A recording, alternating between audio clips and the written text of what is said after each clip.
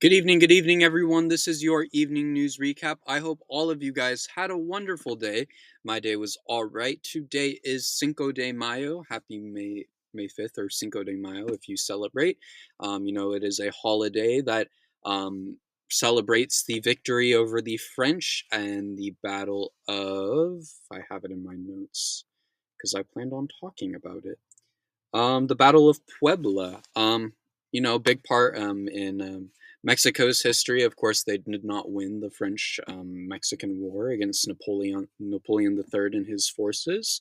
But they still celebrate Cinco de Mayo as it was a big victory for Mexican spirit and morale. During the war. But yeah, great holiday. A lot of history behind it. If you don't know much about the French-Mexican War, you should look into it. It's definitely a very interesting war, one of my favorites. But yeah, with that being said, I don't know. Not much for me to yap about today. We do have quite a bit of news today, mostly from the Trump administration, per usual. But we do have two segments in the other news section as well. So yeah, hope all of you guys had a wonderful day, and I hope you guys enjoy this news recap. Let's get started. Opening up with the Trump administration per segment per usual. We have a couple of things to talk about. Harvard has lost government grants. The Trump admin is considering pulling CBS's broadcasting license. The Trump administration wants to pay one grant to immigrants for them to leave. ICE raids are coming to DC tomorrow, and Trump said an AI image of him as the Pope has nothing to do with him. Let's get started. Harvard is losing government grants. The Education Department has come out and announced that Harvard will no longer receive federal grants until it meets a series of demands from the Trump administration. In a call with the press, and Education Department officials said Harvard will no longer receive federal grants until it demonstrates responsibility management of the university and satisfies federal demands on a range of subjects. Harvard has been accused of, quote, serious failures, unquote, in four areas of anti-Semitism, racial discrimination, abandonment of rigor, and viewpoint diversity. It has to become eligible for grants, Harvard must negotiate with the federal government and provide proof that it has satisfied its demands.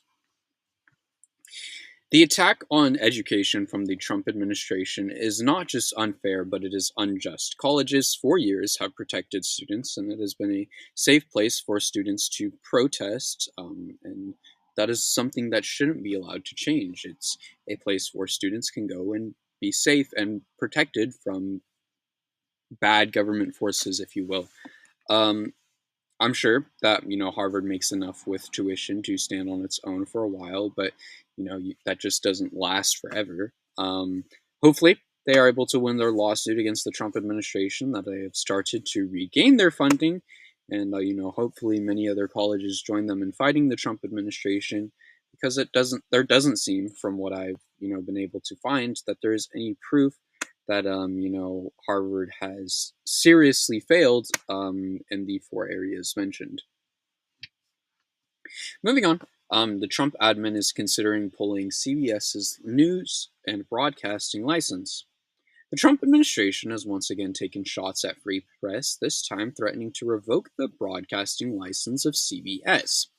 FCC Commissioner Brendan Carr has announced he is considering pulling the license, citing penalties outlined in the Communications Act. Carr said in a statement, "Over the years, the FCC has stepped back from enforcing the public interest obligation. I think that the FCC should do what Congress wants us to do to enforce those laws. We are going to see where this investigation goes." This comes after the Trump administration called for the FCC to levy the maximum fines and punishment against CBS and 60 Minutes, in particular for recent coverages that Trump doesn't care for. Trump has repeatedly called for CBS to lose its broadcasting license while also threatening other media outlets like ABC News, MSNBC, with other situations. Trump continues to attack freedom of speech and freedom of press every single day. It is a problem. He has no intention of stopping. That has been clear since the start, so he needs to be stopped. I will not back down, and neither should the mainstream media, because people need to hear the news and not just Fox News propaganda like they hear so often from the Trump administration. Should have finished that sentence. My apologies. Um, the Trump administration wants to pay immigrants $1,000 to leave the country. In a new move to push his anti-immigration agenda, Trump and his administration have announced it's going to pay people to leave the United States. They plan to pay people in the United States illegally $1,000 plus travel costs if they leave voluntarily. The DHS said Monday that people who use the CBP Home app to announce their quote self-deportations end quote, they would get the money and be deprioritized for detention and removal. So I'm going to assume that this would come out of taxpayer dollars. The Trump administration claims there are around 3 million people in the United States illegally. So hypothetically, if every immigrant took the buyout, that would cost taxpayers $3 billion in total. Now, realistically, not that many people will take the buyout, and it's likely very few people will at all. But it still costs taxpayers quite a bit of money to just say, hey, we're going to give $1,000 to every person who opts to just leave themselves. And it also doesn't mention anything about, them coming back to the country. Do they just get to keep that $1,000 if they come back to the country? Doesn't say anything about that. There are so many things wrong with Trump's immigration policies. Immigrants are, so beneficial to the economy and the country, and so many of our industries. I've talked about, multiple times about my experience with immigrants. As I have a farmer background. Grew up growing walnuts. Grew up farming in general. And yeah, I've had a lot of experiences with immigrants and people from all sorts of backgrounds, whether they're Venezuelan, whether they're Mexican, whether they're Cuban, so many kinds of people. And they all have such interesting stories, but they all have one thing in common. They come to the United States looking for a life, an opportunity to help themselves and their families. They don't do anything wrong. The fact of the matter is, more American citizens commit crimes than your average immigrant does because many of them work so hard to provide for not only themselves but their families.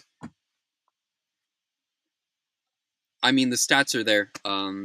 It's all a Google search away if you're really interested, and I hope you would be. But these people come to the United States looking for life, looking for opportunity, and instead Trump wants to turn them around and say, no, you can't have that here. And he doesn't want to do it for any reason other than the fact that he is racist and pushing a racist agenda.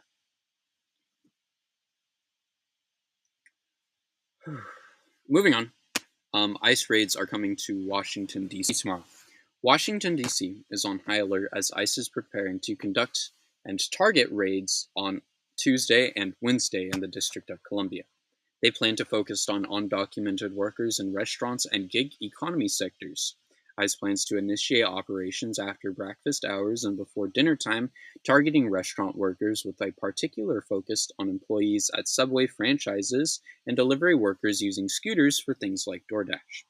ICE plans to also target the Mundo Verde Public Charter School, which is a bilingual school attended by many students with immigrant parents.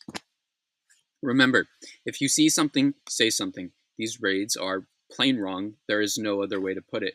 All because of a civil crime, people are going to get arrested and put in camps, and that's not okay. We must continue to speak out and spread the word, because that is a fate that nobody, and I mean nobody, should ever have to experience.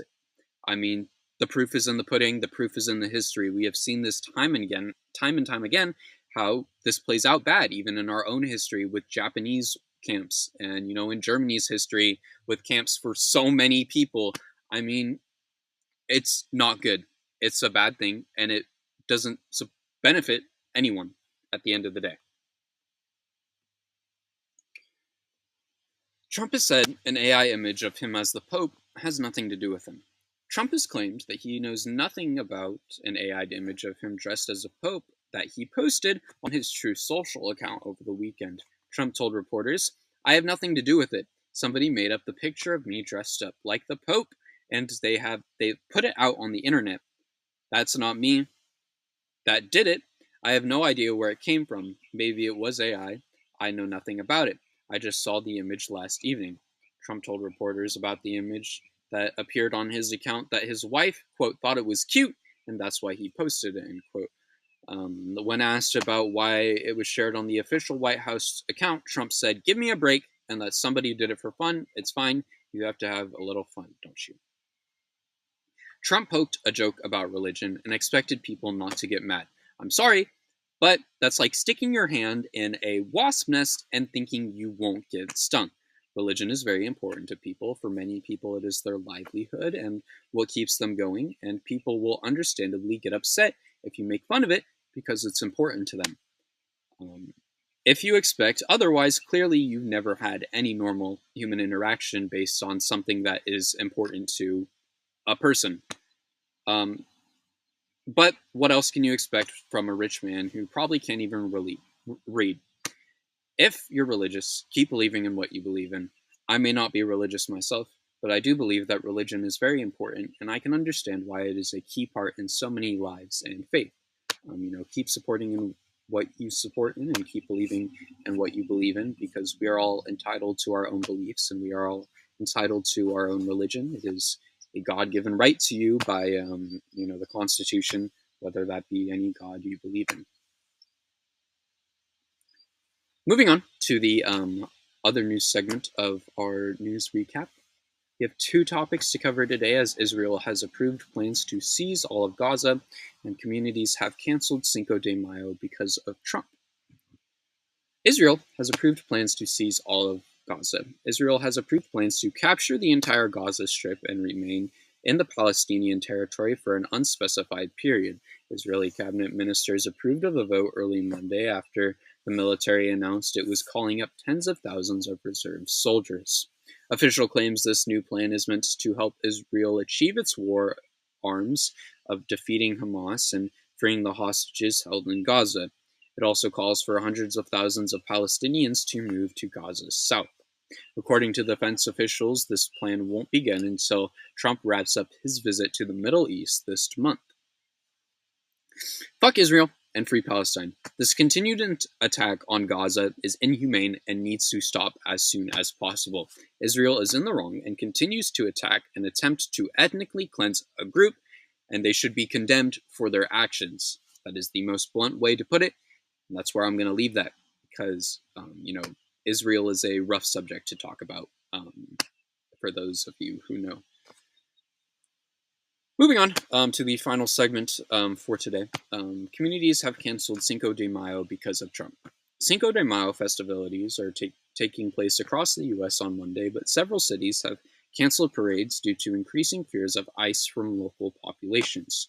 The annual Cinco de Mayo parade in Chicago's West Side was canceled because of organizers expressing concerns over how Trump treats the Mexican community. Hector Escobar, the president of the Cermak Road Chamber of Commerce in Casa Puebla, said in a statement, "Our community is very frightened because of the raids and the threat ICE has imposed on the families that work tirelessly to provide a future for their kids." This is sad news. Cinco de Mayo is a very important holiday for Mexican culture, as it celebrates the victory against the French in the Battle of Puebla. A battle that, although did not win the war, was still a huge sign of the Mexican spirit and courage. It is sad to hear that Trump has impacted this celebration to the degree that it has, but I understand why. As someone who grew up around Mexican culture, it is deeply saddening to see and hear what Trump continues to do against Mexican Americans. One day, I hope to, stop the Trump administration from their horrid actions and reinstall a belief that it is safe for these people, to come to the United States. I grew up in rural California. I grew up in a place where it is predominantly more Mexican than white, if you will. And that's not really something, I ever saw an issue growing up with, because, they were my friends, and they still are. I have more Mexican friends than I probably do white friends. And the culture, although I'm not Mexican, is still very important to me, as it is still a huge part of my life, as it's where I grew up. And, I grew up around Cinco de Mayo celebrations. I grew up around tacos and burritos and enchiladas and, all the things like that. And it's not just a part of, Mexican culture, but, it's a part of my own culture at this point, as it's something that I not only hold, near and dear to my heart, but it's something that I have made an effort to learn about. And, I'm able to now recognize, since learning about it, that it's important to people. And, not only is it important to, Mexican individuals, but, it's important to me too, as it is a huge part of my culture. But, with that being said, for any Mexicans who are, worried in this time of struggle, I stand with you. If you're willing to accept it, I would hope so. I stand with you and I fight with you, because, Mexican people have had a large impact on my life. And I can't say there have been any negative impacts from that. I think every experience I've had with a Mexican individual has, been positive. I mean, my best friend since kindergarten is Mexican, and I don't ever see myself not being friends with him anymore. He is one of the greatest guys I have ever met in my entire life. But yeah, with that being said, that's all I have to talk about for the news today. Not much else for me to yap about. Sorry, I'm tearing up a little bit. Mexican culture is very important to me, personally. But yeah, with that being said, thank you everyone so much for watching this video. I truly appreciate it. If you're on YouTube, please consider subscribing. We're on our way to 500 subscribers. We just hit 130 subscribers today, so thank you all so much for that. We're growing, at a great rate on YouTube, and I'm really glad and happy to see it. Being able to wake up in the morning and see that my follower count or subscriber count on YouTube has gone up is something that, is a great feeling. And even on Substack and, TikTok and all the other social medias, it's just a great feeling to see all the support that, I get every day from all of you guys. I appreciate it so much. So, please consider subscribing if you're on YouTube, and dropping a like and dropping a comment down below. If you're on Substack, please consider, I cannot speak, holy, pledging your support. All funds go to me. They help me pay for the things that I need to pay for in college, like food, clothing, and all the other sorts of things. But if not, you can always subscribe for free. I truly do appreciate all forms of support you guys show on this content. It means the world to me. I wouldn't be doing this if it wasn't for you guys. But yeah, with that being said, not much for me to yap about. Bray 2030, running for state representative eventually. Not old enough yet, but we'll get there. Yeah, with that being said, thanks everyone for watching. I'll see you all tomorrow. Later.